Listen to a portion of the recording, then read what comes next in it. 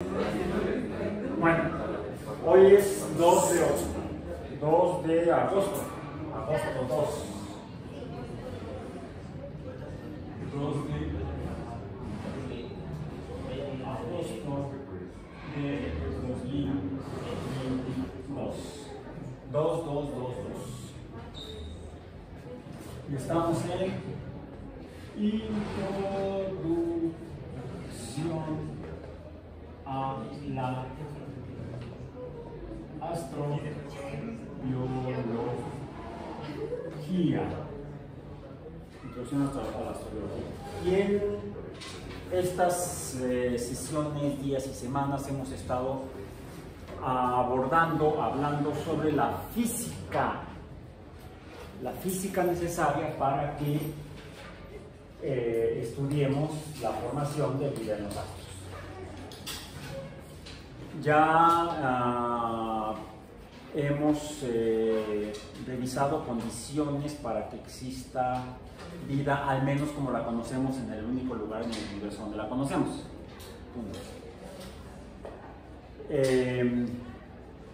¿Cuáles serían entonces las condiciones ambientales, las condiciones del entorno en las cuales sería factible que existieran al menos esas formas de vida con base en esos principios que son los que conocemos?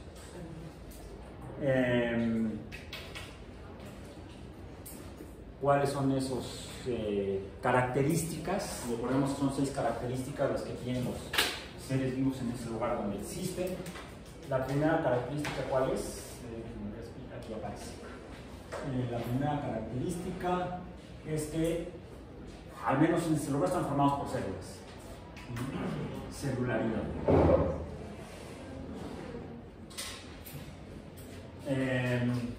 La segunda característica es que toman energía del entorno.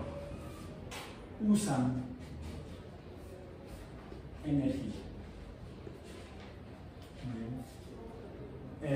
La celularidad implica que están formados por pequeños compartimentos, por lo tanto ese compartimento está conformado por un tipo de frontera, límite, que debe tener ciertas características o propiedades que le permitan precisamente que desde un punto de vista termodinámico, estamos hablando de las bases físicas, haya ingreso de energía, transformación de energía y salida de energía de eso que llamamos célula, que puede ser una o pueden ser muchas. Estamos hablando de que esas formas de vida estarían compartimentalizadas. De hecho, compartimentalizadas desde formar un compartimento en el entorno. Usa energía. ¿Cuál es la tercera?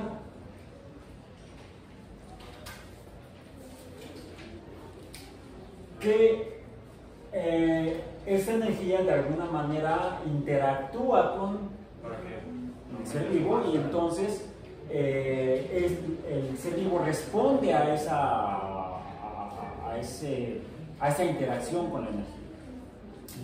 O sea, no solamente la energía transforma al ser vivo al interactuar con él, lo cual sucede incluso en sistemas no vivos, en entes no vivos. Precisamente antier, creo que subí a mi cuenta de TikTok un video cortito, son como 18 segundos, de unos letreros de prohibido estacionarse. Son 2. ¿Sí? Un disco de prohibido estacionarse está formado por un círculo rojo, y en medio hay una letra E que tiene una diagonal roja que la tacha, y eso significa no, es una negación. Ya, no se puede uno estacionar ahí. En cambio, si no está esa diagonal, pues y está el disco rojo con la E adentro, una E negra, pues entonces uno se puede estacionar ahí. Bueno, estos 2 letreros estaban sobre un muro continuo, el muro llegaba a la banqueta llegaba al arroyo, y esa banqueta tendría 1,5 metros, cuando mucho, de ancho, lo que sería la parte del andador. y había un letrero a la izquierda, otro a la derecha. El de la izquierda daba la casualidad que en la banqueta había un árbol muy frondoso, y un árbol frondoso no caducifolio, o sea, no se le caen las hojas en invierno, ¿sí? Es un árbol perennifolio, siempre tiene hojas, quiere decir que siempre estaría con la posibilidad de que en caso de que haya insolación, pues se estaría proyectando una sombra, incluso con el tamaño suficiente para que la sombra se proyecte sobre el letrero que está en la pared. El letrero que estaba a la derecha de ese, o que estaba a la derecha de ese, en esa calle, que es igual, nada más que alguien le pegó un par de calcomanías, es la única diferencia, inicialmente. Sobre la banqueta no hay nada que obstaculice la irradiación solar sobre la banqueta, sobre el muro y por lo tanto sobre el letrero. Y había otra diferencia. Bueno, uno tenía sombra, otro siempre y el otro no. Bueno, el letrero de donde está la sombra, pues se ve rojo. ¿Cuánto tiempo tiene ahí que lo pusieron? No sé, pero se ve rojo. Mientras que el que está en la banqueta sin algo que le proyecte sombra, es decir, estaría expuesto a la irradiación solar, ya no estaba rojo. Más el disco, el círculo y la diagonal se veían grises. Se ven grises. Alguien dirá, ¿por qué? Alguien le borró la pintura, llegó con disolvente y le quitó la pintura roja. No. La energía de la luz del sol interactúa con el pigmento rojo y lo modifica de modo que pierde la propiedad de ser rojo. Hay un cambio, una transformación mediante la luz, una fuerza que transforma, y entonces estamos hablando de energía. Recordemos la definición más simple física y que es la mecánica de energía. ¿Qué es energía? La capacidad de una fuerza de producir trabajo. Puede ser el trabajo mecánico, estoy moviendo una banca, en el momento en que la muevo, estoy aplicando un cambio de posición en el espacio, si no se mueve la banca, velocidad cero. Si se mueve, la velocidad ya no será cero, será diferente. Al haber habido un cambio en la velocidad, de cero a algo, entonces hubo una aceleración. La aceleración es el cambio de velocidad.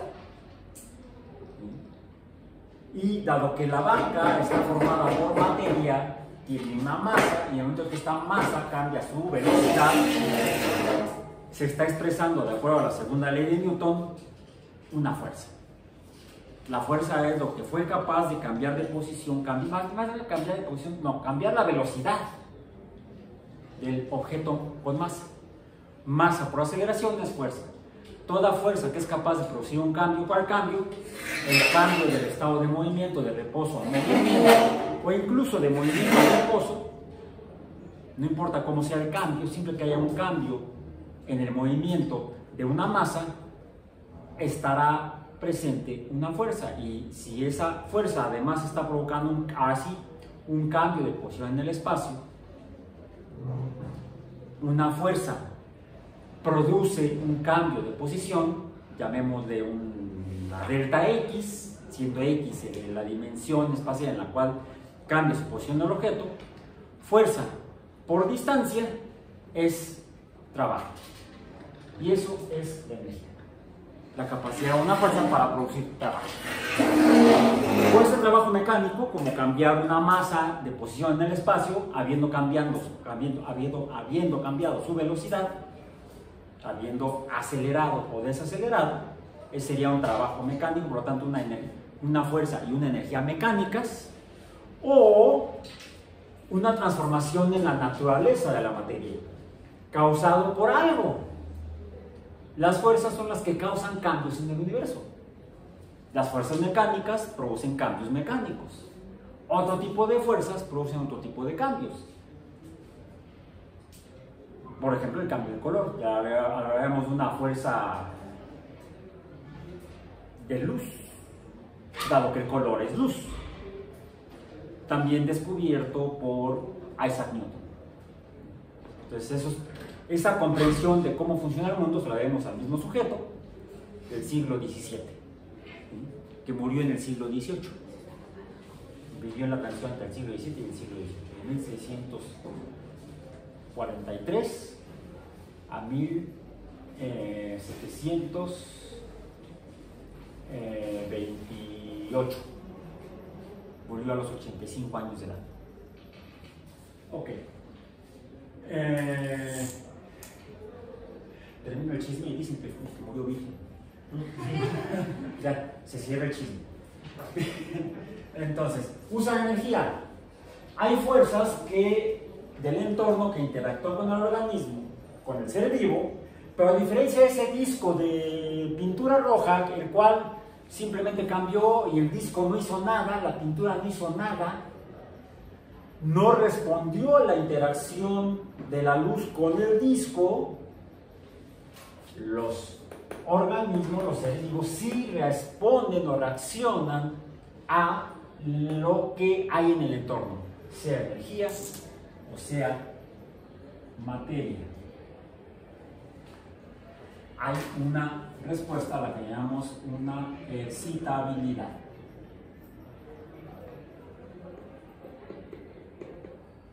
Los seres vivos son excitables, es decir, responden a la interacción con el entorno. Cuarta propiedad, bueno, el hecho de que la energía se incorpore a los seres vivos implica que hay la materia, quiere decir que la materia puede aumentar en la conformación del ser vivo y eso implica crecimiento.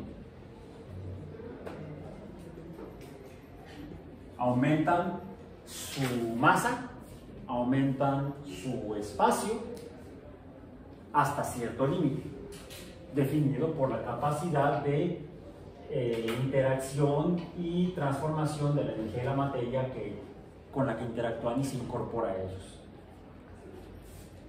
Precisamente cuando llegan al límite de crecimiento, los seres vivos presentan una quinta propiedad. ¿Cuál es? Reproducirse. Que se reproduce.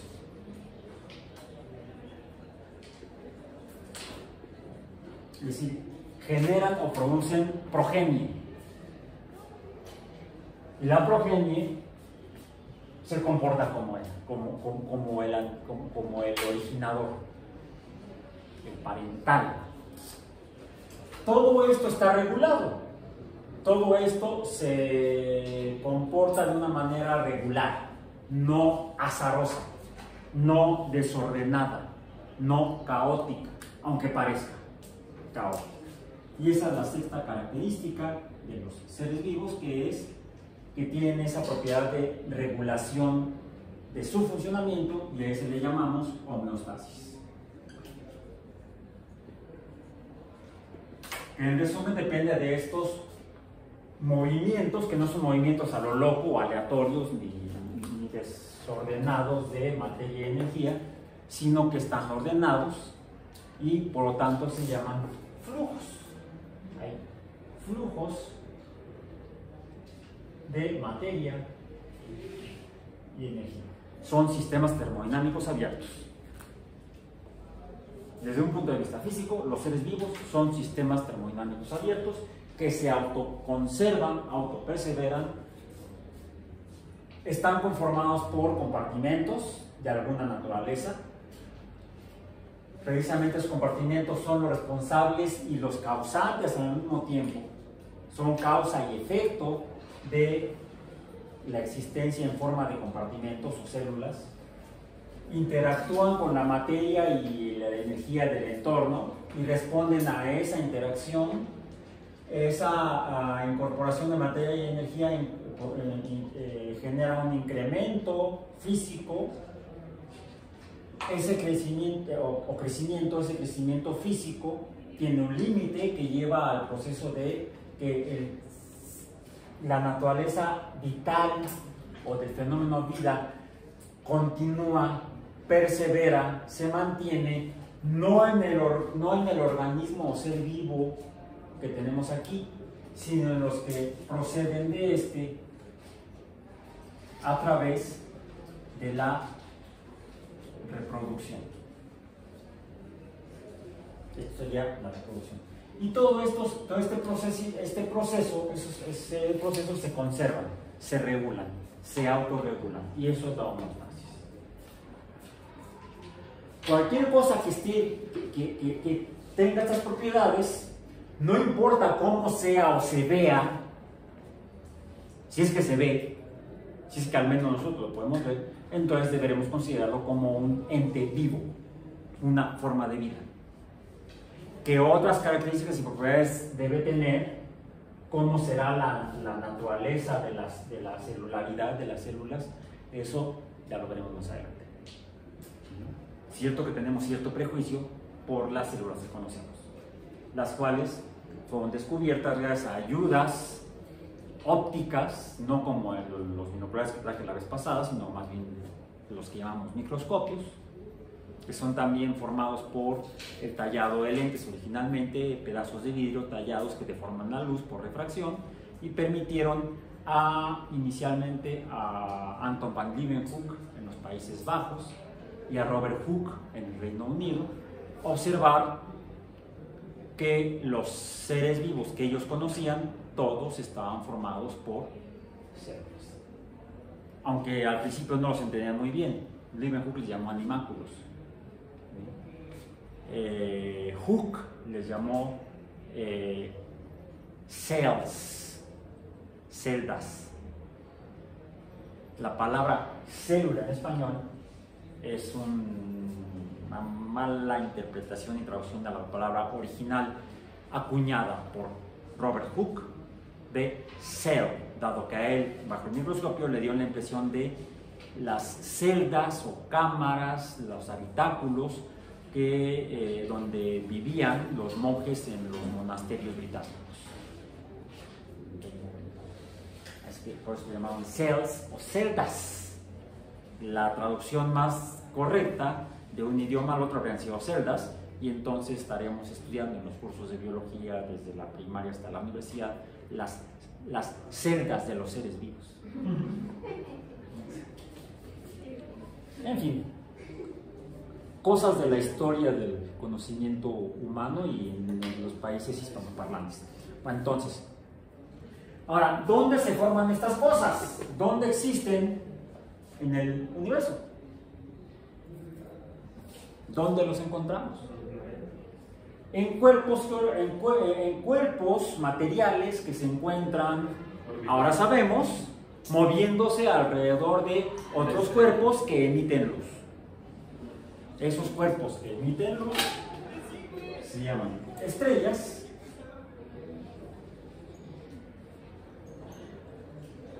Son cuerpos, o llamemos de una vez astros,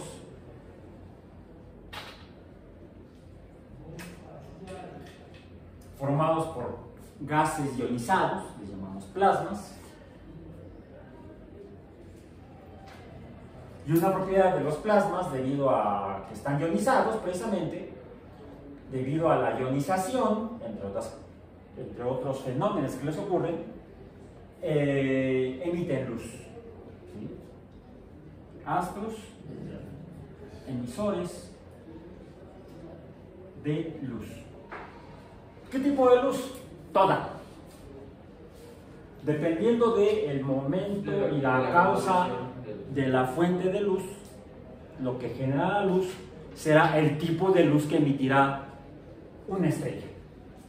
Puede emitir desde ondas de radio hasta rayos X, rayos gamma, y todo lo en medio. Y eso nos dirá dos cosas, no, tres cosas. La primera, ¿cómo se formó esa estrella? Dos, ¿cuándo se formó esa estrella? Y tres, si habrá algo acompañando a esa estrella que no sea otra estrella. Porque las estrellas no se forman solas. Tampoco de a pares puede suceder. Se pueden formar de a montones. ¿No se ha demostrado que las estrellas emiten radiación cósmica? ¿Radiación qué? ¿Cósmica? Sí, es Pues cualquier tipo de luz que emitas en el cosmos será cósmica. Y dado que sale del centro en un espacio tridimensional en una forma geométrica esferoide, imaginemos que voy a tratar de representar aquí, a dibujar una estrella. Las estrellas no son planas en este universo tridimensional, sino que están ubicadas en un espacio X, Y y Z. Las estrellas, imaginemos que esto es una esfera. Estoy tratando de sombrear, de hacer una representación bidimensional de algo que en realidad es tridimensional. De hecho, esto no es tridimensional. Esto es bidimensional. Es una representación bidimensional de lo que sería un espacio tridimensional. Un espacio tridimensional estará representado, por ejemplo, por este libro. Es un poliedro. Su superficie es un poliedro. Sería un poliedro de tipo rectangular debido a que tiene lados más largos y lados más cortos. Y tiene, de hecho, 3 tipos de lados. Los horizontales, los verticales y los horizontales perpendiculares al primero que marqué, estos, que sería el ancho del libro. Es un poliedro o un paralelepípedo rectangular. Es un objeto tridimensional. Aquí podríamos decir, bueno, parece un 7 más que una X. Pintemos una X más bonita o más decente, no sé si bonita, pero sí decente, más inteligente. Este sería el eje X, este sería el eje Z y este sería el eje Y. Los 3 ejes cartesianos en un espacio tridimensional de 3 dimensiones, X, Y y Z. La forma de representar este objeto tridimensional en una superficie, por tanto, en un espacio bidimensional, puede ser variante, puede ser, lo voy a poner acá arriba, nada más para representarlo, puede ser, a ver, digamos que el lado que está, donde está Isaac, sí, Isaac, y las va así. Pero imaginemos que en lugar de que sea rectangular, que sea cúbico. La carátula se vería así. Un cuadrado. Una superficie plana de 2 dimensiones. X y Y. ¿Bien? ¿Cómo puedo representar el grosor del libro? Hay 2 maneras de hacer la proyección de un objeto bidimensional sobre una superficie de 2 dimensiones. Una es desplazando en un ángulo distinto preferentemente a 90 grados, o a 0 grados, o a 180 grados, o a 270 grados. Ese cuadrado lo voy a desplazar 45 grados. Aproximadamente. Y ahora se encuentra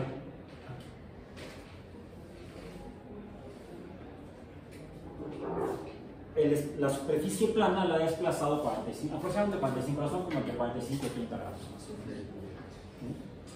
Y entonces dicen que esta sería la dimensión Z. Y ahora el resto lo interpreto a través de engañar a mi vista. Mi vista me engaña y me dice que eso es un cubo. Es una interpretación acá, entre la interacción de la vista con la corteza óptica y todo lo demás. Y yo esto lo interpreto como un cubo, pero no es un cubo. Son 2 cuadrados unidos por diagonales. Por 4 diagonales. ¿Sí? Es lo que realmente es. 2 cuadrados unidos por diagonales. Pero me engaño y digo que es un cubo. Hay una segunda manera de proyectar en 2 dimensiones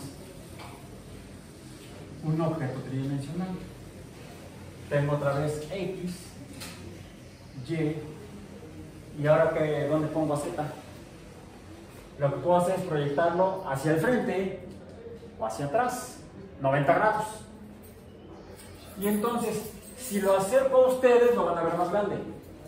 Si lo proyecto 90 grados hacia ustedes, lo van a ver, va a aumentar la apariencia dimensional del objeto. Si lo alejo por detrás del pizarrón, debería verse más chiquito. Voy a hacer eso.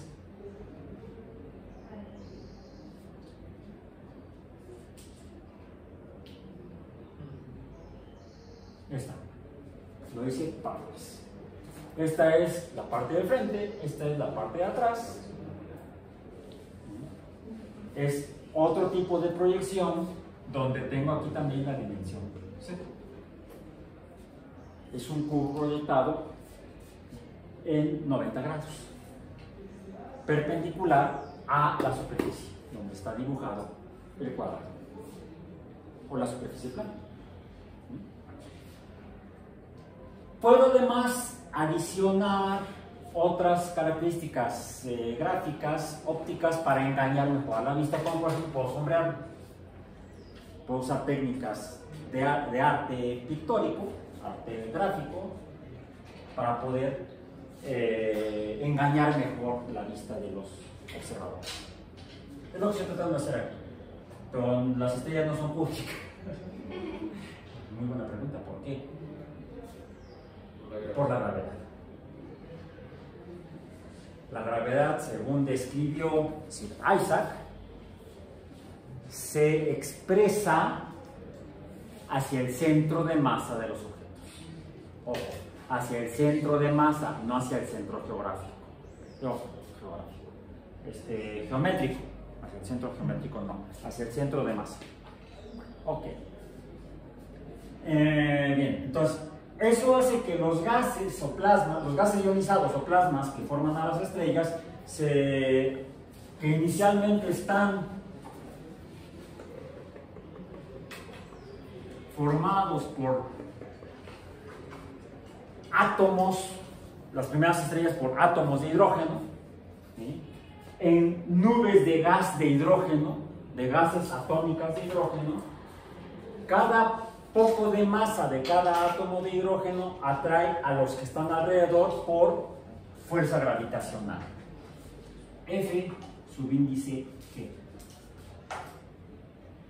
Si es suficientemente masiva, M, el producto de la masa de todos los átomos que conforman a la enormísima masa de la nube de gas de hidrógeno, entonces se atraerán unos a otros, y al no haber un centro geométrico fijo, cualquier perturbación que un átomo le pegó al otro porque se estaba moviendo y entonces provocó una perturbación en lo que podría haber sido una nube homogénea, la deshomogeniza, la hace asimétrica, y eso permite que entonces se pueda manifestar la otra variable de la fuerza gravitatoria en la expresión newtoniana. Si M es suficientemente grande, no importa cuán pequeña sea la masa de un átomo de hidrógeno, el hecho de que no sea uno, sino una cantidad enorme, produce una fuerza de gravedad enorme que se dirige vectorialmente hacia el centro de toda la masa que conforma la nube. Y en ese centro de masa que conforma la nube, los átomos sentirán de alguna manera que se proyectan hacia ese centro de masa, y ahí se congregarán, estando en movimiento, masa por movimiento, estarán acumulándose, formando cuerpos irregulares, no estos, sino irregulares, con superficies. Son masas, átomos de hidrógeno con masa en movimiento, masa, movimiento, entonces hay aceleraciones, aceleración de una masa, entonces hay fuerza, y esta fuerza se expresa sobre superficies, aunque sean difusas. Fuerza sobre superficie, ¿qué es? presión, fuerza sobre área específicamente, será presión. Y al aumentar la fuerza sobre las áreas gaseosas, la presión será suficientemente grande para que la energía, no en el caso de un ser vivo, sino un ser estelar, vamos a decir una estrella, la energía empiece a transformar a la materia de ser átomos separados a ser átomos de hidrógeno pegados unos a otros. Ya eso lo mencionamos antes, y entonces en ese proceso de pegarse emiten luz de mucha energía. Hay una energía previa que se produjo cuando se formaron los átomos, los primeros átomos de hidrógeno, que eso es en lo que ya mencionamos en alguna ocasión, y no me voy a regresar hasta allá, ya estoy más tiempo para acá, ¿sí? Ya ha pasado mucho tiempo de la existencia del universo a partir del Big Bang, y estamos en la formación de las estrellas. Como al principio no habría más que solamente hidrógeno, solamente se podrían formar estrellas con hidrógeno, o estrellas de hidrógeno, o a hidrógeno. Ahí la preposición es lo de menos. No habrá otro tipo de átomos. Hay algunos modelos que sugieren que durante el Big Bang se generaron no solamente átomos de hidrógeno, sino también los átomos de los elementos más pequeños, junto con el hidrógeno, que por cierto existiría en más de una forma isotópica. O sea, habría deuterio, habría tritio, por la formación de neutrones. También la presencia de los neutrones facilitaría que se unieran los átomos para formar entonces átomos de helio y átomos de litio, los tres elementos químicos más pequeños. Y hay modelos que sugieren que las primeras estrellas no estaban formadas solamente por hidrógeno, sino que también tendrían algunas cantidades de helio y litio. Pero no encontraríamos elementos químicos más grandes. La energía de la fisión, ¿no? Esos elementos químicos de mayor masa, el boro, el carbono, el nitrógeno, el oxígeno y los que siguen, más o menos como hasta la masa veintitantos, se estarían formando debido a la fusión de los átomos de hidrógeno ya en la estructura celular, la estructura estelar, perdón, estelar. ¿Sí? Aquí se estaría formando a partir de átomos como hidrógeno, átomos más grandes. Si vamos a poner aquí, bueno, dos helios. Con dos helios estaríamos formando un boro, ¿no? Sí. Un boro. Con un boro y un helio estaríamos formando un carbono. Y esto puede sostenerse, este proceso de fusión nuclear se sostiene mientras haya suficientes átomos fusionándose. Cuando ya no hay suficientes átomos fusionándose, hay otro proceso, hay otra consecuencia del hecho que se están formando las estrellas y tiene que ver con la luz. La luz también, dependiendo de la región de la longitud de onda, estará también expresando calor. Infrarrojo principalmente es el que más identificamos como calor. Bueno, ese calor, de acuerdo a como lo describe las leyes de la termodinámica y de los gases, pues produce un efecto opuesto al de la gravedad.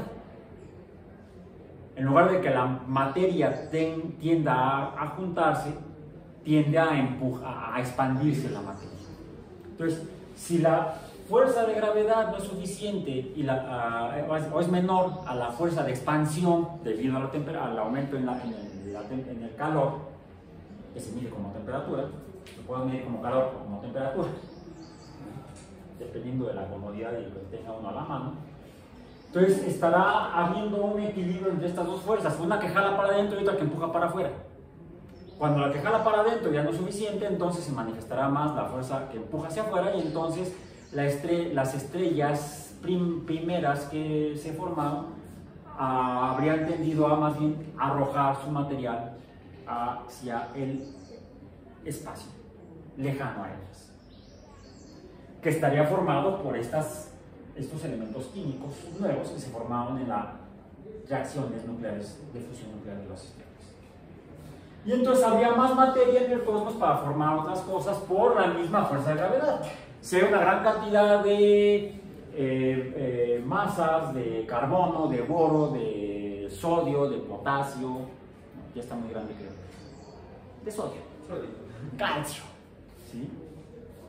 Entonces podrían atraerse por gravedad, quizá formar estrellas de segunda generación, pero dado que hay elementos químicos relativamente grandes, masivos, pesados, que costaría más trabajo que se movieran, sus velocidades serían menores y que hubiera fusión sería más improbable. Pero podrían mantenerse unidos por atracciones electrostáticas, que son las causantes de que se mantengan, en otras palabras, en ciertas características, la materia junta, a pesar de la repulsión electrostática también. Además, son cargas en movimiento, y las cargas en movimiento generan campos magnéticos, fuerzas magnéticas, y las fuerzas magnéticas también pueden ser atractivas. Si tenemos todo un balance de estas fuerzas entre las de repulsión y las de atracción, y ganan las de atracción, entonces la materia se va a poder estar acumulando. Si la energía de acumulación no es suficiente para emitir luz, pues la masa se estará acumulando, pero no estará produciendo al menos luz visible. Al menos luz visible. Al menos no tanta como las estrellas. Pero se estarán formando entonces masas con materia espacial, cósmica. Todo lo que está en el cosmos es cósmico. Tú eres cósmico. Mamá, soy cósmico. Me dijeron, soy cósmico.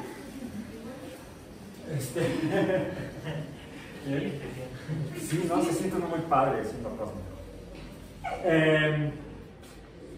Espero que esto los estimule a seguir con ánimo esta semana. Sobre todo ya con los primeros exámenes. ¡Ay! Reprobé cósmicamente.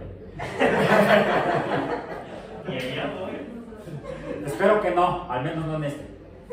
No tienen permiso de reprobar aquí. Si reprueban, los repruebo. Los repruebo. Bien, entonces, se estarán formando cuerpos que no emitan luz. Habrá regiones de esas nubes de gases atómicos en los cuales se podrán estar formando todavía estrellas, pero habrá otra masa que no estará formando estrellas. Y toda esa masa se encuentra en la misma región. Por supuesto, la que manda es la masa más masiva, y la masa más masiva es la de las estrellas. Y la masa restante estará quedándose pues sujeta a la atracción de la gravedad de la masa mayor.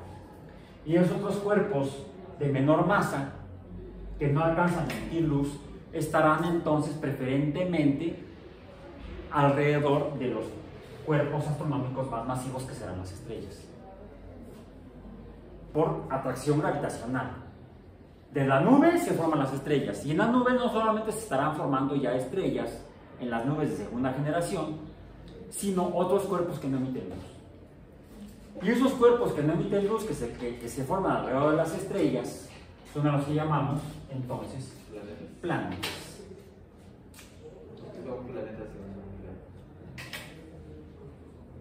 De hecho, sería un nombre que viene, es un anacronismo, porque viene de las previas estrellas errantes.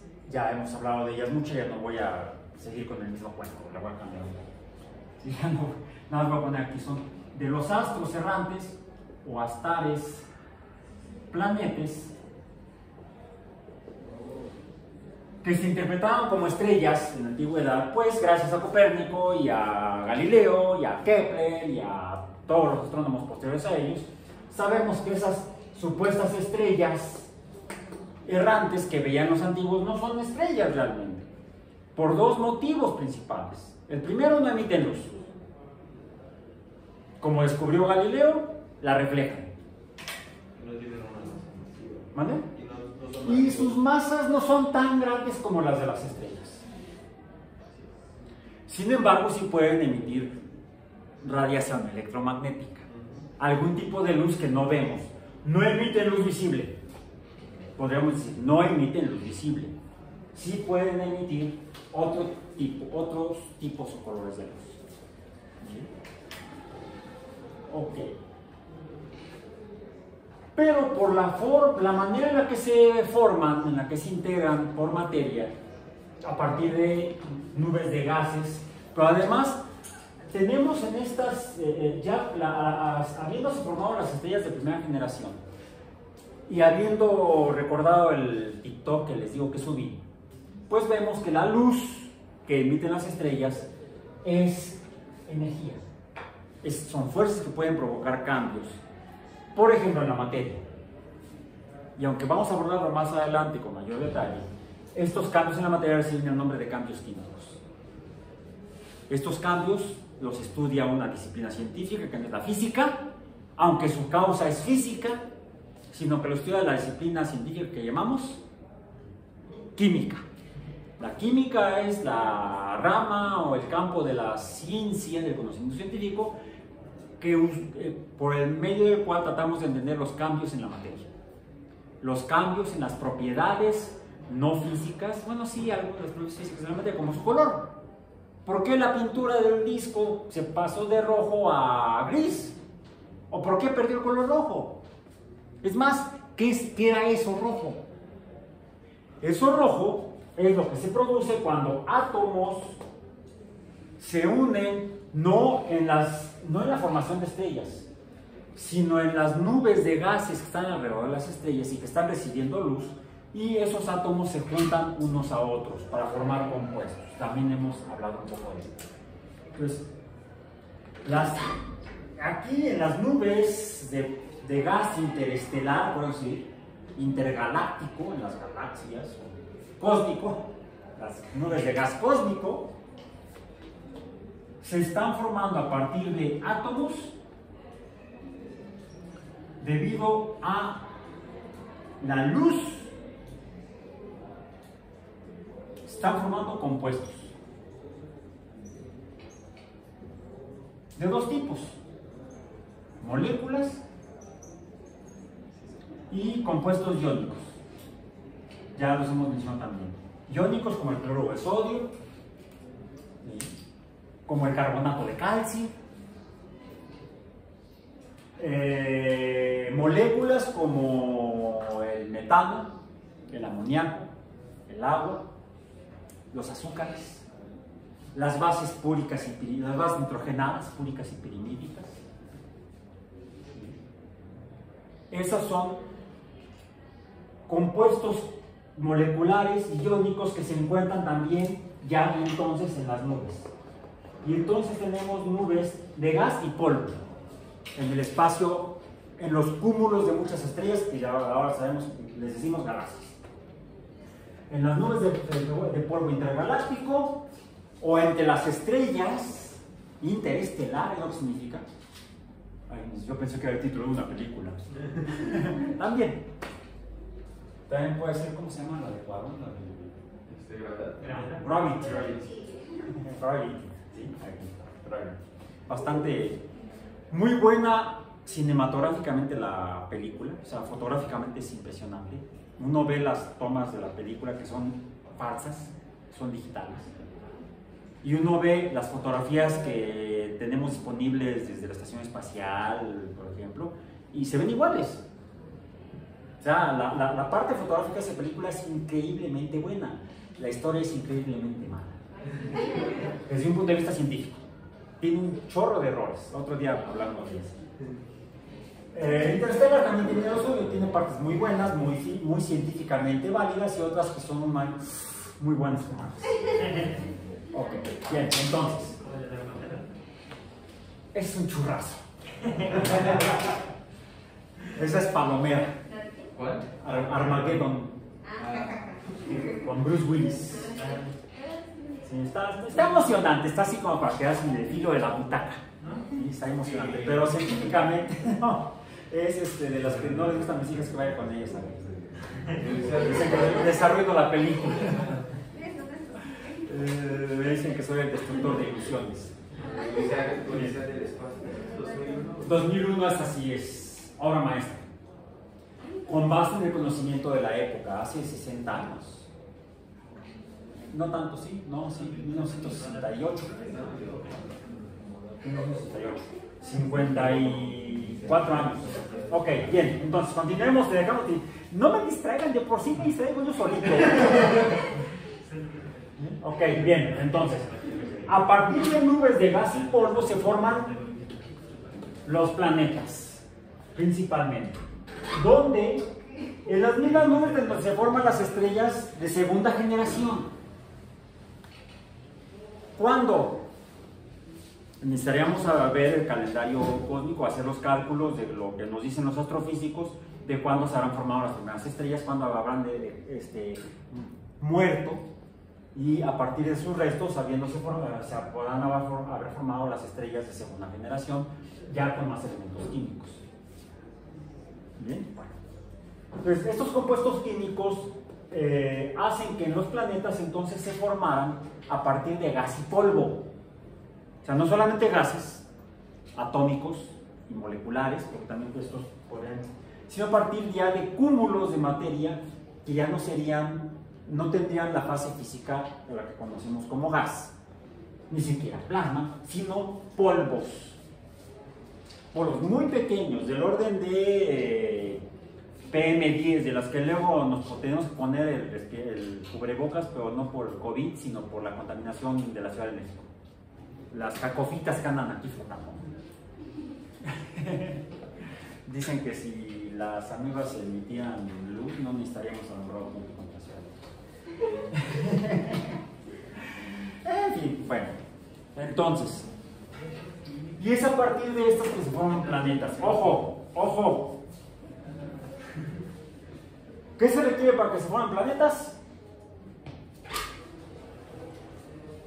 Gases y polvos. ¿Dónde se podrán estar formando planetas? En nubes de gas y polvo. Donde sean suficientemente masivas. ¿Implica la necesidad de estrellas? Sí.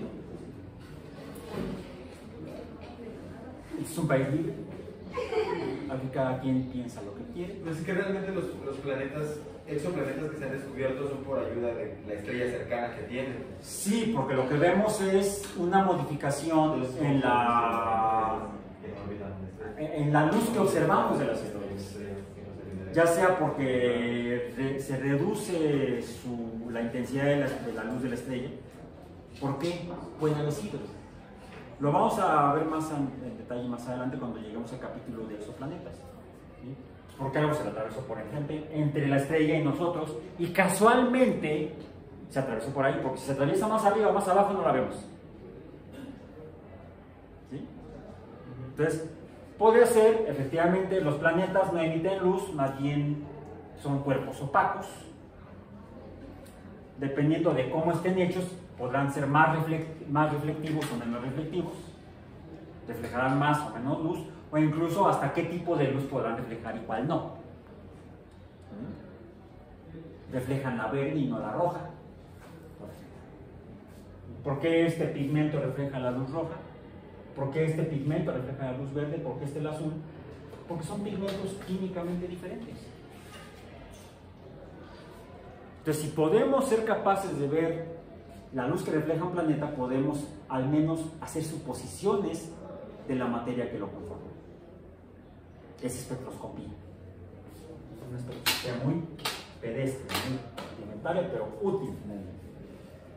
Ok. Otra es porque quizá efectivamente veamos la luz reflejada en el planeta, la luz de la estrella reflejada en el planeta, si lo que hacemos es eclipsar artificialmente a la estrella, de modo que la luz que estamos viendo normalmente de la estrella no nos deslumbre y podamos ver la tenue luz que refleja el planeta que esté orbitando alrededor de la estrella. En ese caso podríamos ver el planeta que no necesariamente está orbitando en el mismo plano que donde lo estamos viendo a nosotros. Si está orbitando más, vamos a decir, perpendicular su plano orbital, si eclipsamos la estrella podremos ver aquí tal vez un planeta que está en una posición diferente. Entonces quizás sea un método más potente, con mayor capacidad de detectar otro tipo de planetas en otras posiciones orbitales, pero requeriremos instrumentos de observación que nos permita ver luces más tenues, no la luz intensa emitida por una estrella, sino la tenue luz reflejada por un planeta. Ahora, si el planeta es pequeño, O si está muy alejado de la estrella. o si está muy lejos de la estrella, la cantidad de luz que reflejará será menor. Entonces, son planetas exoplanetas más difíciles de observar. Ahora, para que se formen planetas necesitamos masas de nubes masivas de gas y polvo intergaláctico. Y si casualmente en esa nube hay suficiente masa para que se formen planetas, pero no suficiente masa para que se formen estrellas, habrá planetas, pero ¿cómo los vemos? Son los más... Podemos hipotetizar su existencia, pero encontrar la evidencia de que existen es un reto científico-tecnológico mayor. Imaginemos que estamos buscando planetas. Somos seres de algún cuerpo estelar en esta galaxia, porque el viaje intergaláctico es todavía más cabrón, físicamente. Y acudamos a lo tenía guardado ya tengo que revisarlo para la clase. Y lo empecé a leer y que se desarmaron. El autor, para esta época, autor de más de 50 libros, con más de 15 millones de copias impresas, Arthur C. Clarke, ya falleció Arthur C. Clarke. Uno de los las personas más distinguidas en la ciencia moderna y en la ciencia ficción. Fue inventor del concepto del satélite de telecomunicaciones, Arthur C. Clarke. Físico. Bueno, físico. Ok. En 1969 compartió la nominación al Oscar con Stanley Kubrick por 2001, Una odisea en el espacio, el autor de 2001. El autor de la novela y del guión de la película. Bien. Este libro se titula Reporte sobre el tercer planeta y otras especulaciones. ¿Cuál tercer planeta?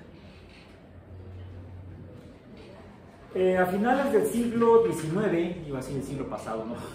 Está más cercano. A finales del siglo XIX, otro autor británico,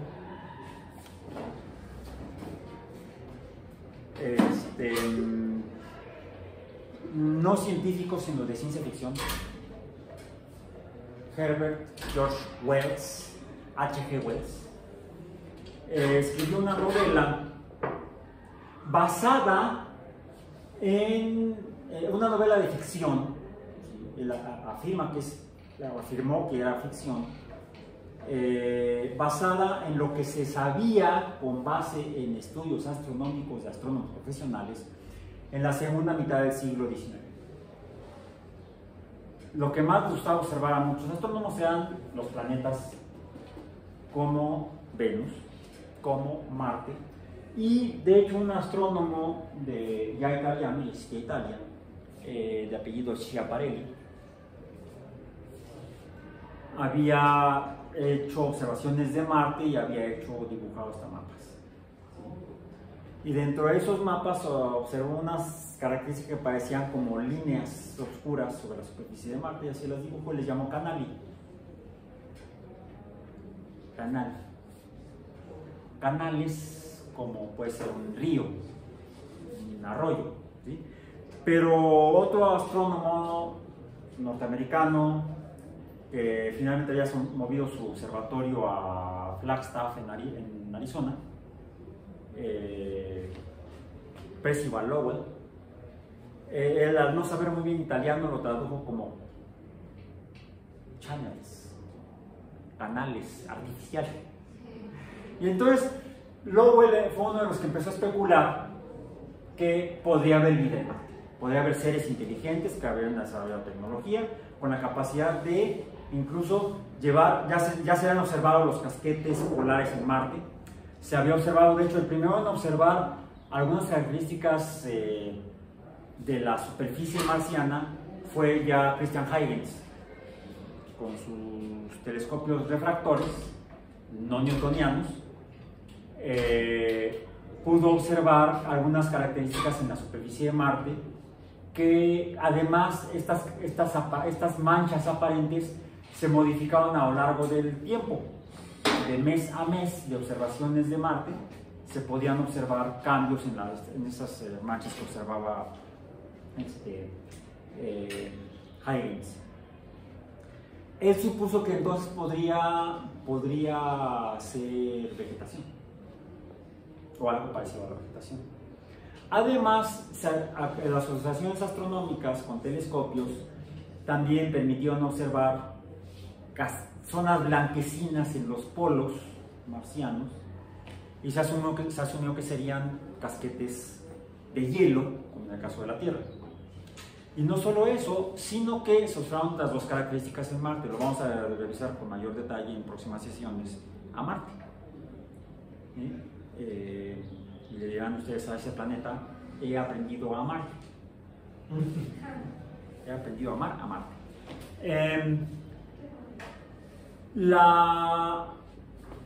Si uno observa a Marte moviéndose, se mueve por una línea.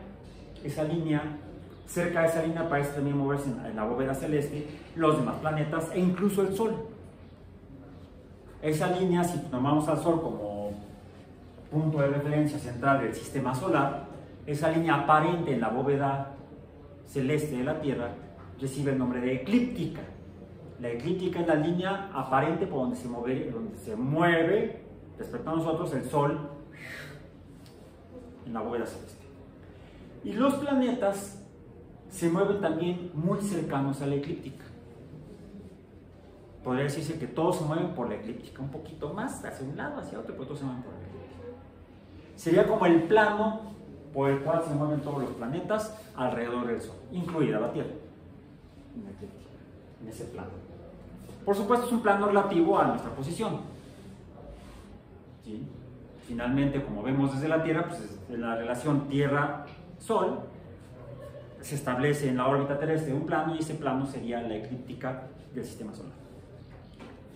Si uno observa los planetas diferentes con telescopio y los ubica en la eclíptica, pues resulta que uno puede observar quizá también que su apariencia cambie con el tiempo, quizá en poco tiempo, y nos dé la idea de que tal vez estén rotando, estén haciendo su movimiento, conforme al mismo tiempo orbitan alrededor del Sol.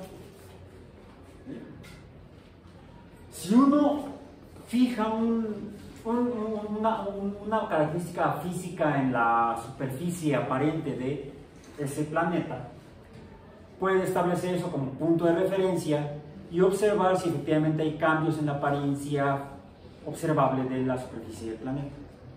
Y entonces asumir que sí está rotando, y uno podría medir el tiempo de rotación del planeta. Y es así como se ha hecho. Es así como se pudo observar que efectivamente Marte presenta rotación y su intervalo de rotación es muy similar al de la Tierra. No voy a abundar en los detalles los numéricos, esos los vamos a ver después. El caso es que es muy parecido al periodo de rotación de Marte al de la Tierra. Venus hemos encontrado que ha sido una bronca, porque desde que lo observó Galileo, lo único que vemos con telescopios ópticos son nubes. No alcanzamos a ver la superficie debajo de las nubes con telescopios ópticos. Tuvimos que esperar tecnología de la aeroespacial para poder observar o encontrar la superficie sólida de Venus. Mercurio está demasiado cerca del Sol y es un problema ver su superficie con telescopios ópticos, y también las primeras imágenes de la superficie sólida de Mercurio las obtuvimos a partir de misiones espaciales robóticas. Podemos también observar que Júpiter presenta características que darían la apariencia de que tiene una superficie. Lo mismo los demás planetas, pero ahora sabemos que no tienen una superficie sólida. Son más bien grandes masas gaseosas. Pero hay características observables en esa superficie gaseosa. Aún así podemos tratar de medir cuánto tardará una vuelta esa masa, ya sea gaseosa o sólida, del planeta. La Tierra también tendría, si alguien la viera desde afuera, tendría que buscar un punto de referencia para tratar de medir cuánto tarda su movimiento de rotación. En el caso de los astrónomos que observaban Marte en el siglo XIX, pues pudieron darse cuenta que presenta casquetes como parecidos a los de la Tierra, y dadas sus características y la posición de los casquetes, incluso la esfera de Marte, su cuerpo esférico o esferoide, no es perpendicular, el eje de rotación polar no es perpendicular a la eclíptica, sino que está inclinado como la Tierra. Los cambios estacionales en la Tierra se deben a la inclinación del eje de rotación terrestre, no a que esté más cerca del Sol o más lejos del Sol, porque la órbita es elíptica. Es muy poco elíptica.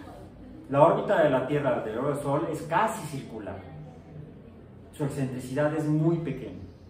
No así la de Marte. La de Marte es más excéntrica, la órbita elíptica de Marte es más excéntrica, menos circular que la de la Tierra.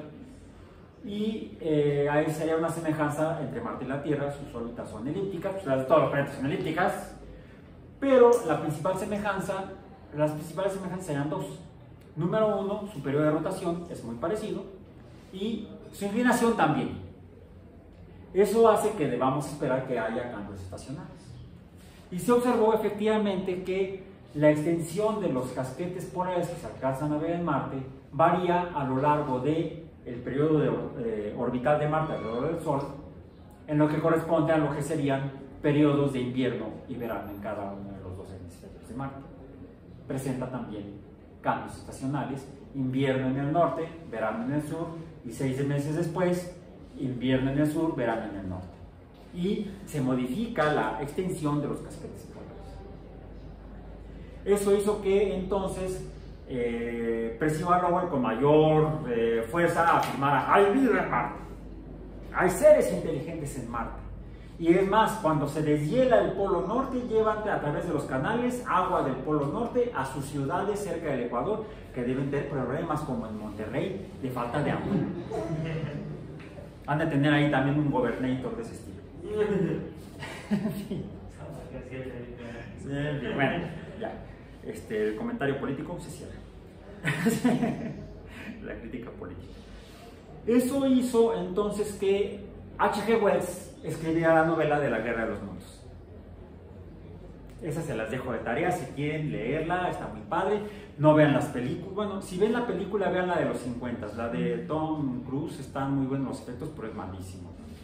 Es otra película palomera, según mi opinión, de crítico de cine. Bien, ok, más de crítico, soy un crítico. ¿Qué cambio, profe, del libro de la película?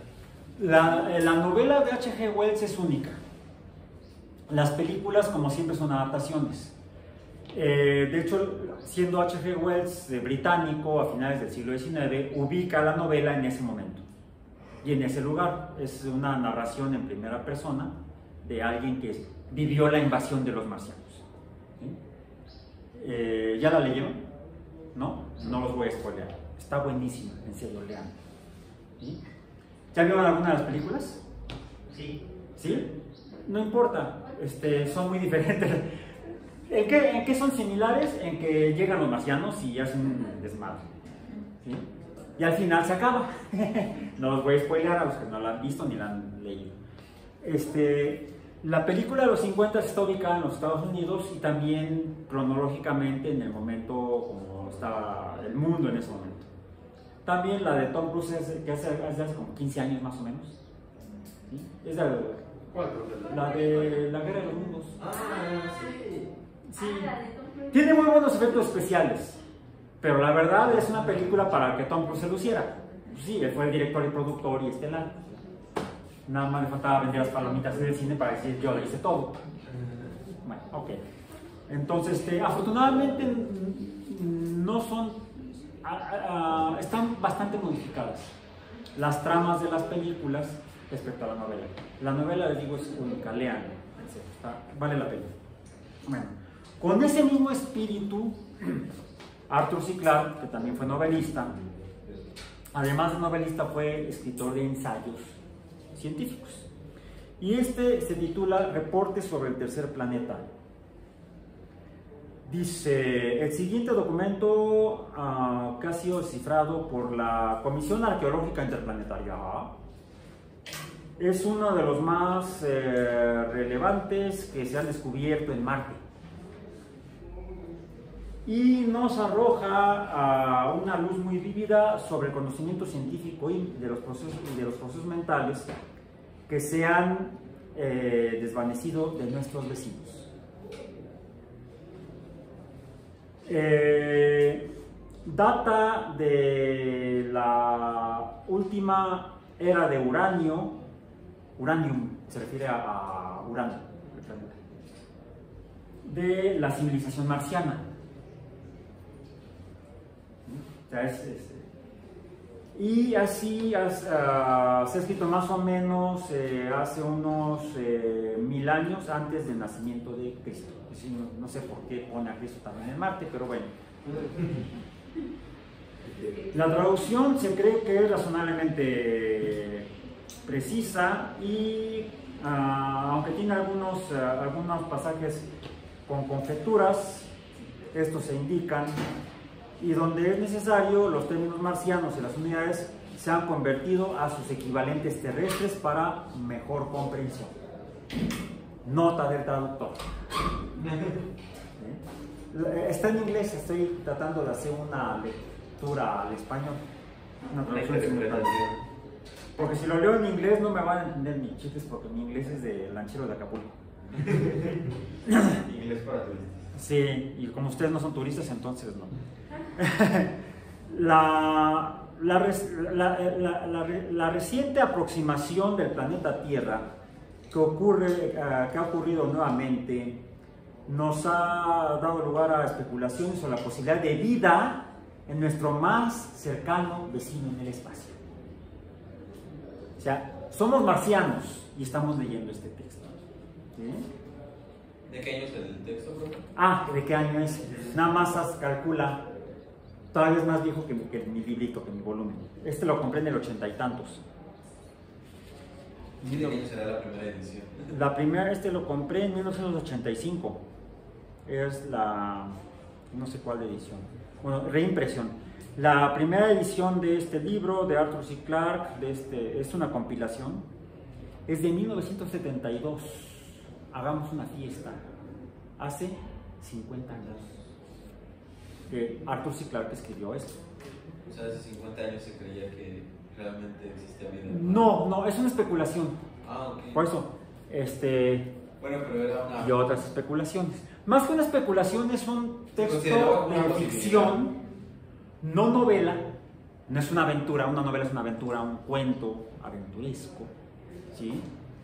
Sino un cuento, un texto de una ficción sobre lo que puede ser una... De hecho, es un texto de divulgación científica, pero para atraer a lectores lo plantea de una manera ficticia. Por eso se llama el título del libro Reporte sobre el tercer planeta del sistema solar. Pero este reporte lo habrían escrito supuestos habitantes de Marte, el cual es el cuarto planeta. Y ellos, sin haber todavía viajado a la Tierra, habiendo observado como en el siglo XIX y todavía hasta mediados del siglo XX, los terrícolas habíamos observado a Marte solamente con telescopios, pues todo lo que podíamos decir sobre Marte serían especulaciones basadas en observaciones rigurosas, vamos a decir. Rigurosas hasta donde nos da el límite de la tecnología utilizada para la observación científica. Las conclusiones científicas o las explicaciones científicas dependen y están limitadas por la capacidad de los métodos de estudio y por lo tanto de observación de los fenómenos que nos interesa conocer y entender y explicar. ¿Cómo se explicaban la vida los europeos antes de la elaboración de los primeros microscopios por Leeuwenhoek y Hooke? No lo podrían hacer con base en células, sino con base en los procesos de reproducción, la respiración, la fotosíntesis.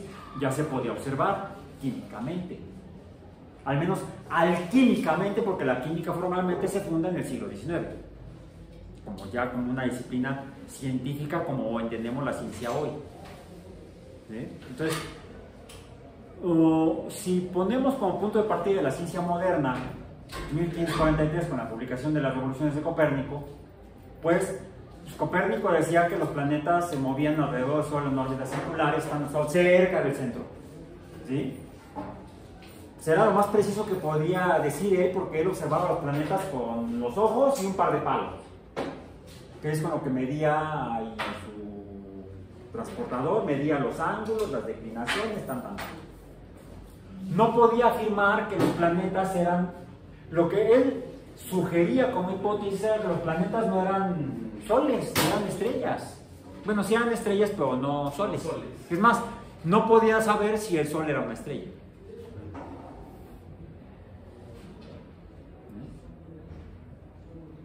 Los primeros que pueden empezar a suponer que las estrellas son soles son los que escucharon a Newton, porque Newton fue el primero en decirlo. No aquí, este es el último libro que compone al librote de los principios matemáticos de la filosofía natural.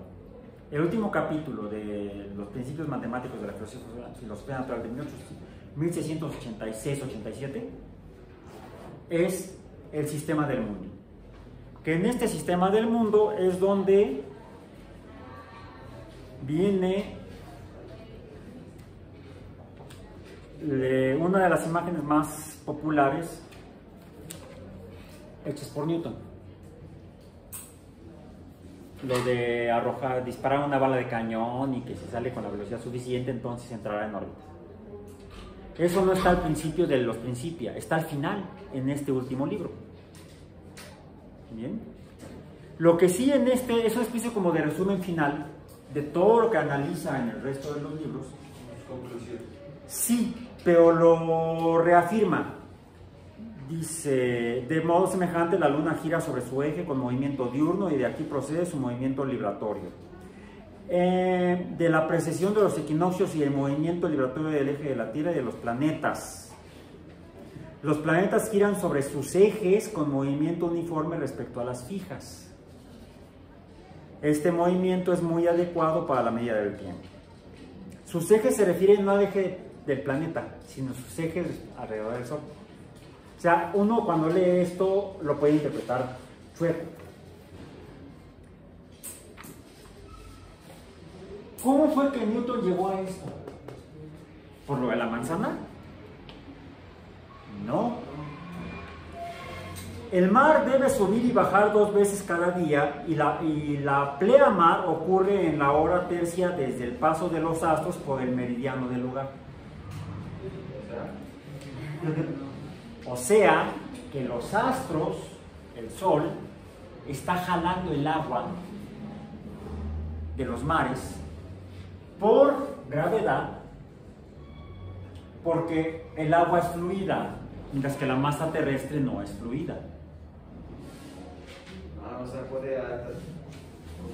Pero el agua tiene masa y entonces la masa del Sol atrae a la masa terrestre, pero en la Tierra hay roca y agua. Y solo atrae a la masa. Y lo que se nota más en movimiento es el agua, porque los líquidos presentan una mayor inercia. ¿Cuál fue la primera ley de la mecánica que describió Newton? La ley de la inercia, la primera ley de Newton.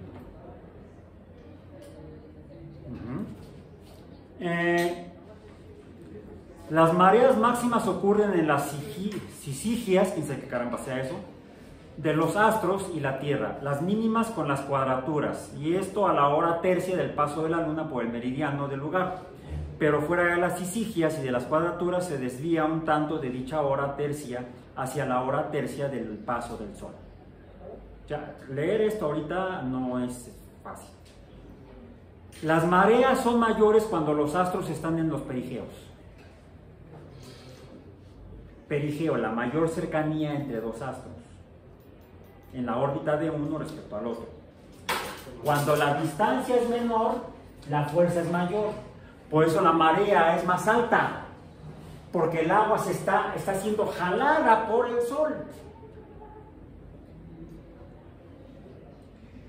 Newton llegó a la conclusión esta no por la manzana que se cayó en el jardín, sino porque él viviendo en Londres, y en Londres siendo una ciudad portuaria a la orilla de un río, el Támesis, pues observaba la marea ir y venir 2 veces al día, en la mañana y en la noche. ¿Por qué existen las mareas? Si se hubiera quedado viendo solamente al río, no hubiera podido llegar a la conclusión correcta. Observaba el río y observaba el sol, la luna y los demás astros. Y empezó a observar correlaciones entre las posiciones en particular de 2 astros respecto a la Tierra y el movimiento de las mareas. El Sol y la Luna.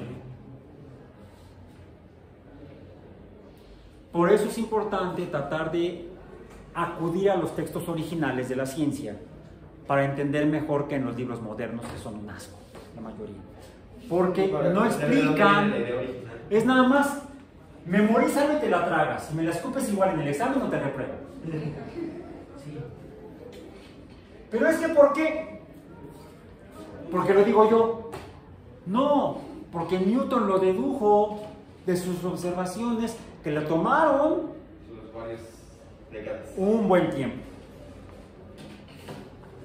Un buen tiempo. Era un hombre curioso y eso fue su mayor virtud. Bueno, en este texto, y voy a terminar rápido, lo que hace, lo que hizo más bien Arthur C. Clarke fue una descripción de la Tierra como viéndola desde fuera. Dice, dado que la Tierra gira sobre su eje, su día es justo media hora más corto que el nuestro, o el día de Marte dura media hora más que el de la Tierra. Diferentes áreas del planeta muestran cambios en la oscuridad y en la iluminación creciente. Llevando a cabo estas observaciones durante varias semanas, es posible construir mapas de toda su superficie. Otra cosa que dice es que no pueden ver cuando está, no pueden ver la Tierra cuando está más cerca de Marte. Dice, una de las cosas más desconcertantes de la Tierra es que no podemos verla cuando está más cerca. ¿Por qué?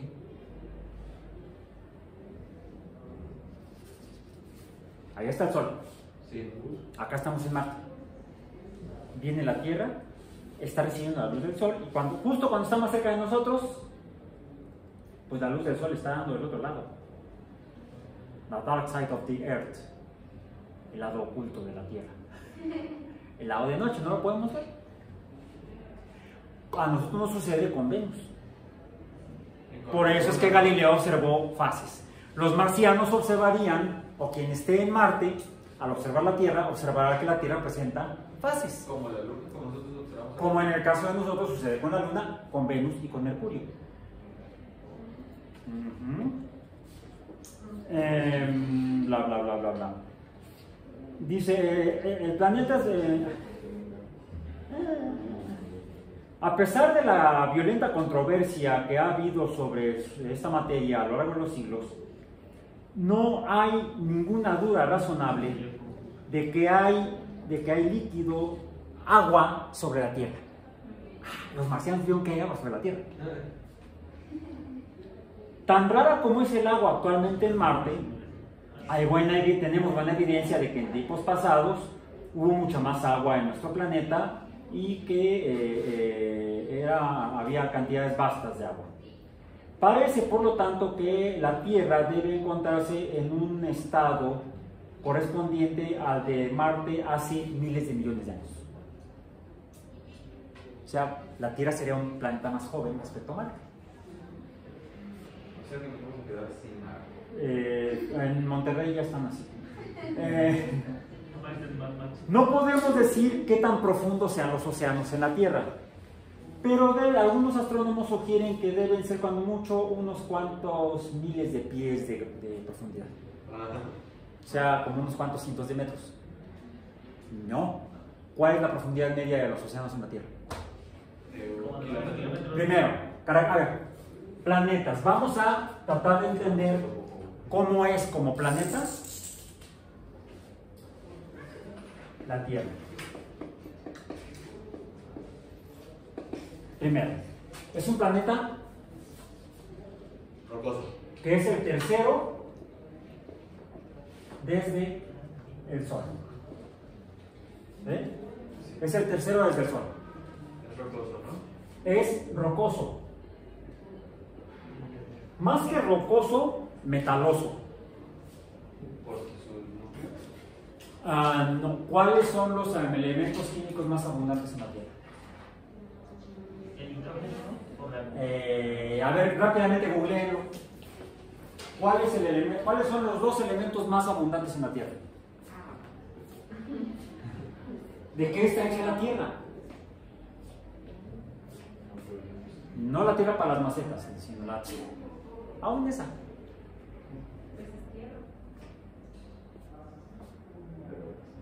¿De qué está formada la Tierra? Principalmente, ¿cuáles son los principales elementos? Sí, se debe saber, sí se sabe. Pues en teoría debe ser el hierro. ¿Hierro? Ajá. Sí.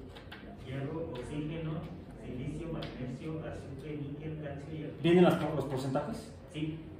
Hierro 32.1%, oxígeno 30.1%, silicio 15.1%, magnesio 13.9%. A ver, entonces rocoso, me dices que hierro, ¿30 y cuánto? 32.1%. 32%. Luego, Oxígeno 30%. 30.1%. oxígeno, pero como elemento químico, ojo, como elemento químico, no como compuesto. 30%, ¿no? Ajá. Toda la masa terrestre. Toda la masa terrestre. ¿Qué más? ¿Cuál es el siguiente? Silicio, ¿no? Silicio. Silicio. ¿Cuánto? 15.1%. 15%. ¿Y cuál es el cuarto? Tenemos con 4. Magnesio Magnesio. 13.9%. 13.9. Sean 14. Tenemos 2 metales y 2 no metales. ¿Sí? Luego, ¿cuál seguiría? Nada más para terminar el quinto. Ya lo borré. Hierro, oxígeno, silicio, magnesio, azufre. Azufre. Son 2.9. Azufre. Pero ya puedes pensar que baja ¿A cuánto? ¿A 2? A 2.9. Sí, casi tres. Azufre 2.9%. 3%, vamos a decir. ¿Ok?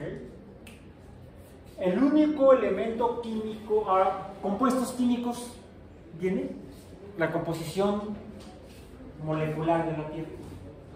¿Cuáles son los compuestos químicos más abundantes? Porque una cosa son los elementos, sí, pero cómo se van a encontrar va a depender de eso va a depender que sea rocoso o no. Porque el oxígeno lo podemos encontrar como oxígeno gaseoso o oxígeno bimolecular gaseoso. No tanto. O dos.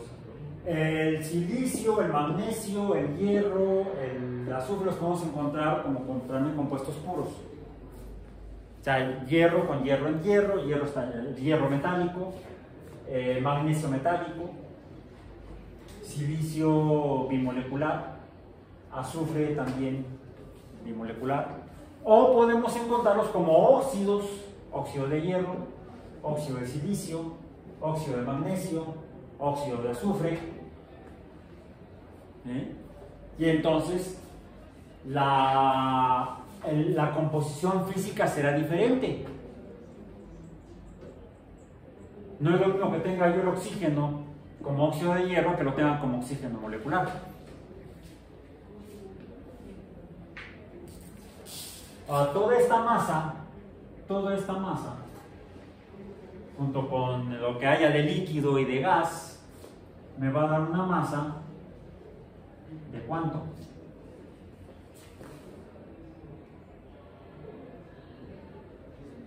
Es más bien aquí traje este libro, se llama Viaje Extraordinario, Guía Turística del Sistema Solar.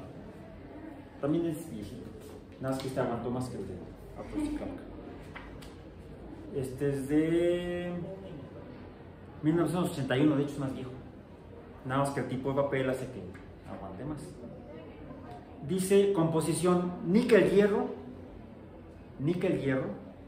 silicatos, azufre y oxígeno, silicio y oxígeno, silicatos, óxidos de silicio. Y dice aquí atmósfera de nitrógeno y oxígeno. Es rocoso, pero presenta una delgada capa, tiene atmósfera. Una atmósfera es una capa gaseosa.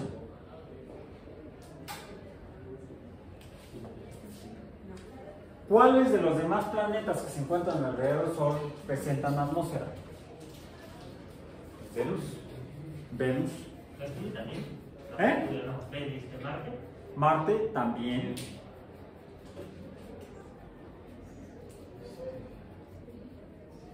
Mercurio se evaporó. Mercurio, es que tenemos que definir qué es una atmósfera. Composición de gases.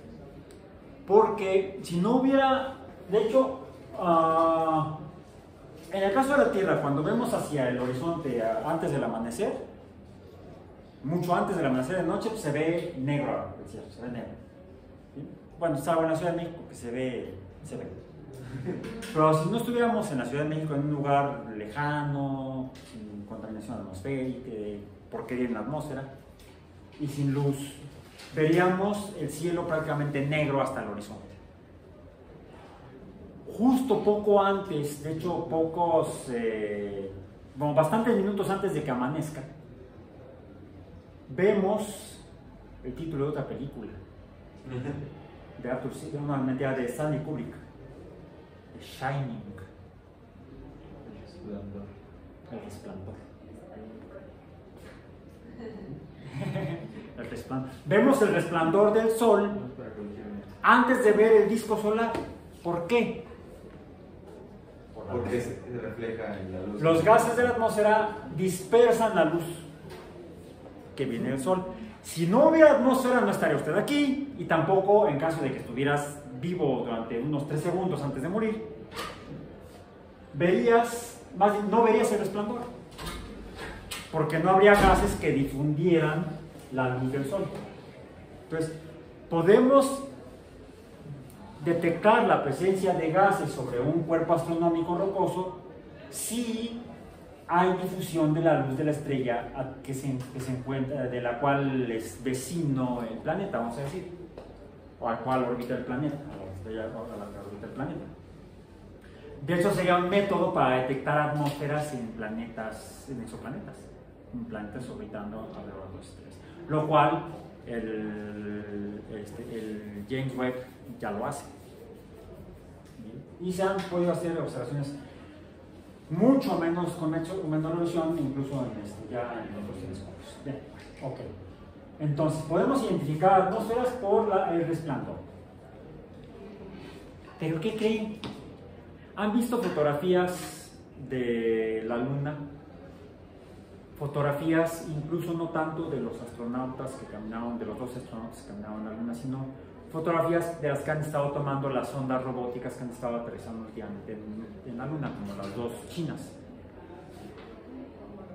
Una ventaja de las sondas robóticas es que no necesitan comer, ni oxígeno para respirar, usan una batería de algún tipo como fuente de energía para que se mantengan vivos, funcionando, y sus instrumentos estén operados, las cámaras operadas.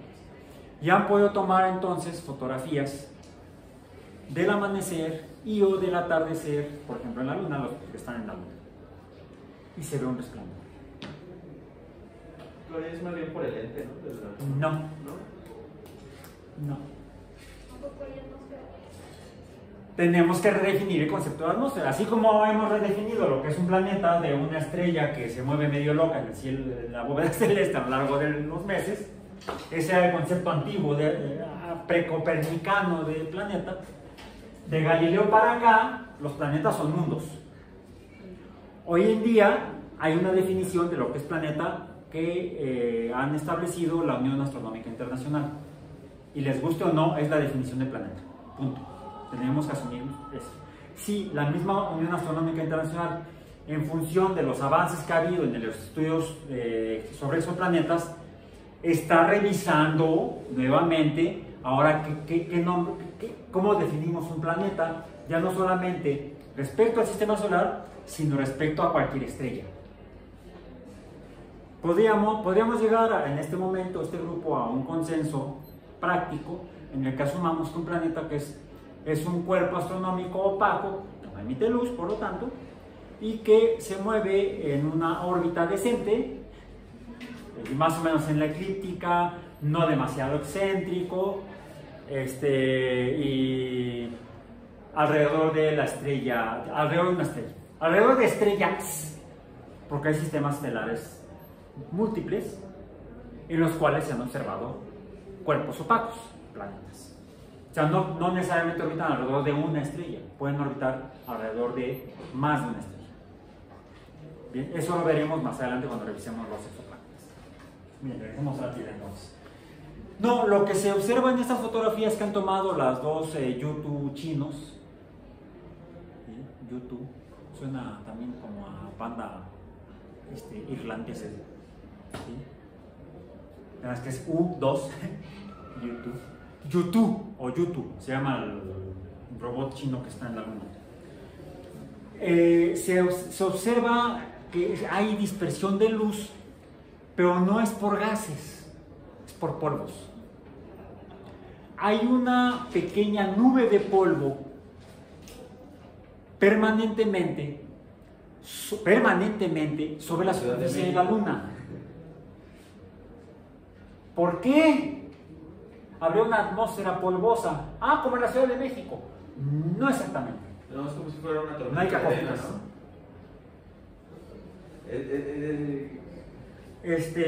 ¿Les gusta la repostería?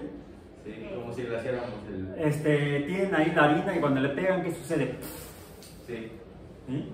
Bueno, constantemente están cayendo pedazos de materia astronómica que sobró de la formación del sistema solar sobre todos los cuerpos, sobre el Sol, sobre la Luna, sobre los planetas, ¿sí? Y los que caen sobre la Luna, pues al golpear, levantan el polvo lunar más fino, que se llama regolito. Y entonces siempre hay una capita de polvo sobre la superficie, que por cierto es una bronca, es una. Y hay otra causa que genera esa nube de polvo, la simple luz del Sol, que al no haber una atmósfera gaseosa con composición como la de la Tierra, por ejemplo, que sí filtra mucha de la luz solar interactúa con la superficie, con el polvo lunar, y lo carga eléctricamente. Y al cargarlo eléctricamente hace que entonces empiece a haber fuerzas de repulsión y empieza el mismo polvo a levantarse solito. No, es por la acción solar que se produce ese polvo. Entonces son las dos principales causas. Será más notable en la noche lunar la formación de la nube por el bombardeo, vamos a decir, de partículas pequeñas, mientras que en la fase de día será más notable la formación de ese polvo lunar, de esa nube de polvo, por la acción del Sol, la acción de la luz del Sol. ¿Sí? Algo similar se observó gracias a las misiones robóticas a Mercurio. Mercurio está tan cerca del Sol y se calienta tanto su superficie de día que los metales que forman a la superficie de Mercurio se subliman, o sea, pasan de sólido a gas. Y entonces sí hay una especie de nube gaseosa, pero más que gases son como plasmas metálicos. Está bien loco esto. O sea, la física de los planetas no es tan simple como la suponíamos hace 20 años, vamos a decir. hace apenas 20 años. Sí, no es escalable como lo vemos en la Tierra. No. La Tierra es un planeta muy peculiar. Primero, presenta una atmósfera gaseosa con una cantidad de gases que hace que la presión sea de 1013 bares o bars, ¿sí? O 760 mililitros de mercurio, o una atmósfera a nivel del mar, a nivel medio del mar, ¿sí? 1013 bares o 1.013 milibares, con una proporción de gases, rápidamente googleenla, que por cierto lo menciona aquí los marcianos de Arthur C. Clarke, diciendo no debe haber vida en la Tierra, no es posible que haya vida en la Tierra. La atmósfera es demasiado densa, 100 veces más densa que la atmósfera de nosotros los marcianos. La atmósfera de la Tierra es 100 veces más densa que la atmósfera de Marte. La atmósfera de Marte tiene una presión de un bar, vamos a decir. Y además tiene una alta concentración de un agente súper corrosivo, gaseoso. Oxígeno. Esa cosa es tremendamente oxidante. Todo se oxida. Vean el hierro. Pasa de ser un metal brillante blanco a ser un polvo café. Se deshace. Por eso Esto es oxidación. Esto es oxidación. Cuando lo compré las hojas eran blancas. Están amarillas y esto les digo, lo saqué del librero y a la hora que le hago así, clic, me quedé con la portada en la mano. De por sí ya se le había caído un pedazo. Ya, cuando los libros se usan, sí, se van desarmando y no solamente por oxidación, o tendré manos oxidantes. No. Entonces, esto es tremendamente corrosivo, oxidante. No puede haber vida en la Tierra. Es lo que dicen los marcianos en el reporte del tercer planeta, en esta historia de datos ciclados. ¿Cuánto es la proporción de oxígeno? ¿20 cuánto? 20 punto qué? 20.9% de oxígeno y 70 y cuántos por ciento del nitrógeno? 78 punto qué? 08. No vamos a poner por ciento, redondeando, de nitrógeno. El otro 1%, un montón de cosas, entre esas vapor de agua, dióxido de carbono, etc. ¿Bien? Ok. La masa terrestre, la masa, necesitamos la masa. ¿Cuántos octillones de toneladas? Quintillones de toneladas. ¿Cuánto es la masa terrestre? La masa de la Tierra. 5.972.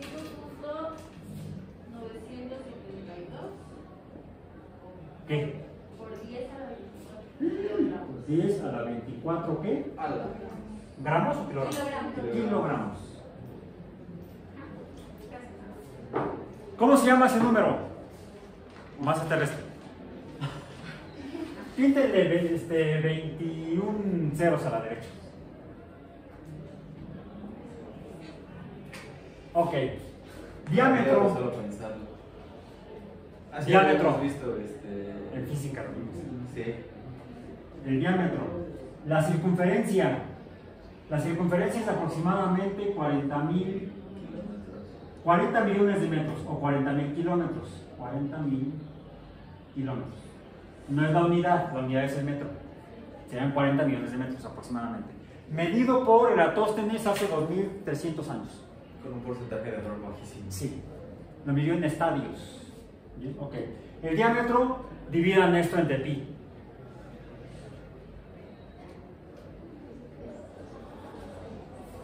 Vamos a tener un diámetro aproximado. Aquí tengo el dato. 12.756.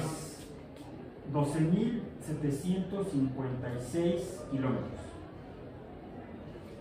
Lo que importa para esta fuerza de gravedad es el radio, que sea la mitad. 6.330 y tantos kilómetros, ¿ok? Es el diámetro.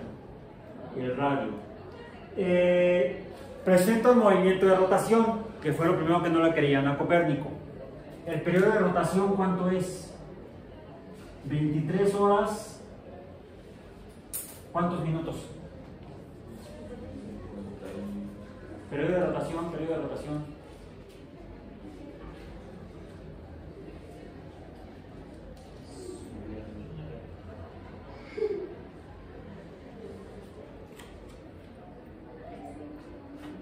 ¿Cuánto?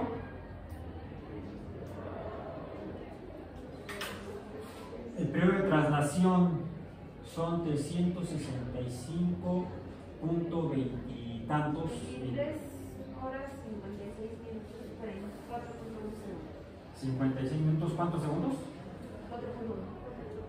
4.1. Ok. Horas, minutos, segundos.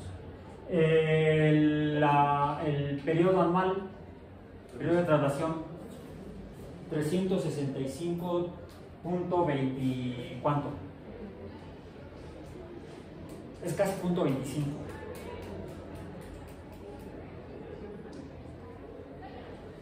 ¿Cuánto es?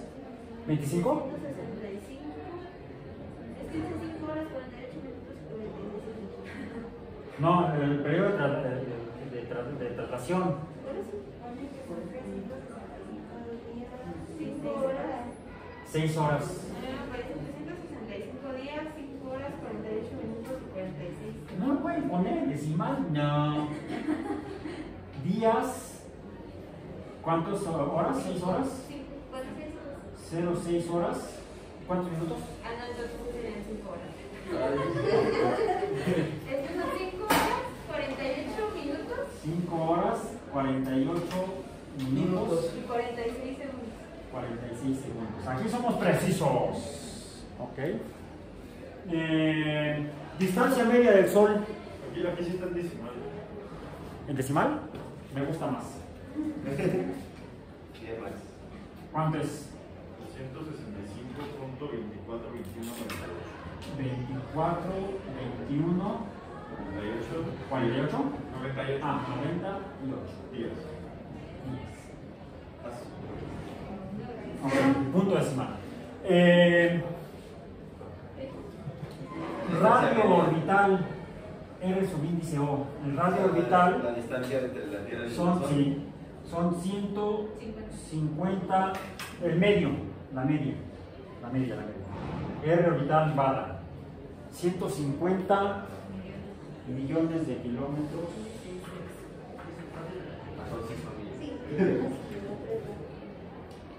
149.6. 149.6. Alta precisión. 149.6 megakilómetros. Qué barbaridad. ¿Qué es eso?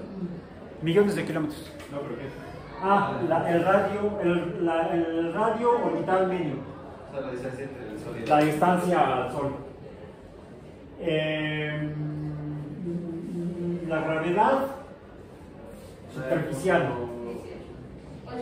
La gravedad 9.81 metros entre segundo cuadrado. A partir de estos números podríamos obtener, por ejemplo, la densidad media, La presión. la presión que Bueno, no, la atmosférica es aquí, la presión atmosférica. La A, ¿de qué depende que exista esta atmósfera? Depende de la gravedad. Y depende de la cinética de los gases. Los gases son gases porque se están moviendo sus partículas. Si se mueven a una velocidad demasiado grande, entonces escaparán a la gravedad terrestre. Por eso no hay hidrógeno en la atmósfera terrestre. Por eso no hay helio en la atmósfera terrestre. El helio que usamos para los globos y que es un desperdicio, está atrapado en la corteza terrestre. Hay agua, lo dicen ahí, hay océanos. H2O, la hay sólida, hay agua líquida y hay agua gaseosa. La pregunta es, ¿cómo se formó esto? ¿Cómo es que llegó a esto? ¿Y por qué la atmósfera está así? ¿Siempre fue así? Lo seguiremos discutiendo en próximas sesiones. ¿Sí? Entonces, revisen el estado actual de la Tierra y el proceso evolutivo de la Tierra desde su formación hace 4.500 millones de años. Punto. ¿Vale? El radio de la Tierra, la mitad del diámetro, divide 12.756 entre 2. Además, recordemos, no es una esfera terrestre, no es una esfera perfecta. Entonces, en realidad tenemos dos diámetros, el diámetro ecuatorial y el diámetro polar. Tendríamos entonces dos circunferencias, la circunferencia ecuatorial y la circunferencia polar. Y por lo tanto, dos diámetros, dos radios, el radio ecuatorial y el radio polar. Podemos calcular valores intermedios, valores medios, un diámetro medio, una circunferencia media y el radio medio terrestre, para hacer cálculos idóneos. ¿Ok? Bueno, por hoy entonces terminamos.